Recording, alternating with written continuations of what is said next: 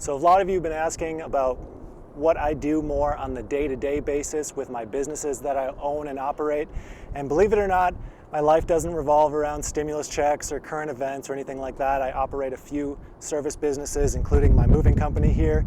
So here's something that was happening in the last day, just as a taste of what it's like to be a business owner. As you can see, got some wheels here that are currently taken off of this truck.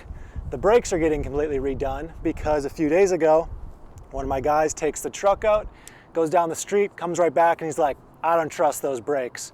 So I'm like, okay, whatever, take the other truck, I'll take it for a spin, see how it feels. So I take it around the block, and the brakes feel off. I'm pushing on the brakes. It feels like when you drive a really old car and you just have to push the brakes a lot harder than you normally would.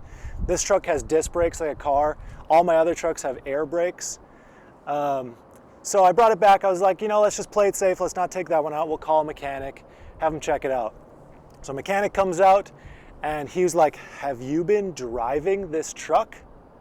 And I was like, no, we just parked it, just wanted to be safe. And he's like, yeah, that's good because you were about 2 stops away from blowing through an intersection and being completely unable to stop. So apparently, this thing was so worn down that there was brake fluid spraying out and there was literally nothing left stopping this 26,000 pound vehicle from rolling through an intersection. And I gotta feel kind of lucky that that didn't happen. But you might be thinking, okay, why weren't these brakes checked out? And that's a good question. I'm not really sure either. I just got a new mechanic because the old one was not doing a good job. This has been an eternal issue that I've had, that mechanics are extremely unreliable. And yeah, if you want to start a business, maybe think about starting a mobile mechanic business because there are very few good ones in my experience and you can charge a good amount of money.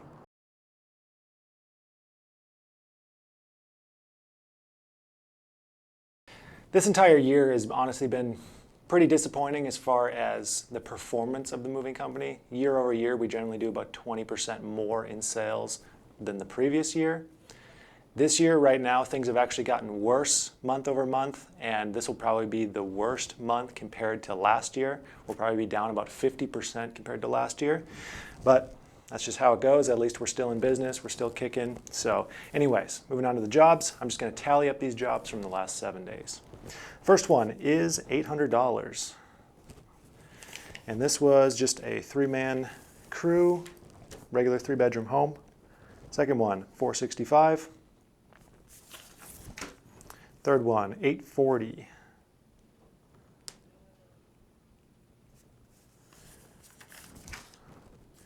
Next one is $320. One thing that I've noticed is we've had a lot more small jobs. Our average job size has probably decreased by 40% as well, which is not really a good thing either because that means profitability goes down quite a bit. The larger the job, generally the higher percentage of profitability there is. Next one, $614, which $660 was actually the average move size for the entire year last year, so that's pretty close to the average of last year. $500. $455, $619, $410. A lot of these aren't super eventful, so I'm not going to comment on every single one, so I can make this a little bit more snappy. $960, that one's almost $1,000. Another thing we've had a lot less of is long distance moves. We used to get 1 or 2 a week, which those are my favorite jobs to get because they're high ticket, but there's been very few of those recently with all the chaos going on. This one was $1,920. That's a much better job. This one was a semi-long haul. It was going 3 hours away. So still like to have those. Any job over $1,000, I'd love to have. All right, next one, $275. Next one, another $275, which is as cheap as it gets. Oh, actually, sorry, no, that was $300. $300 is as cheap as it gets. Let me add $25 for each of those. Forgot the deposit. Another $300.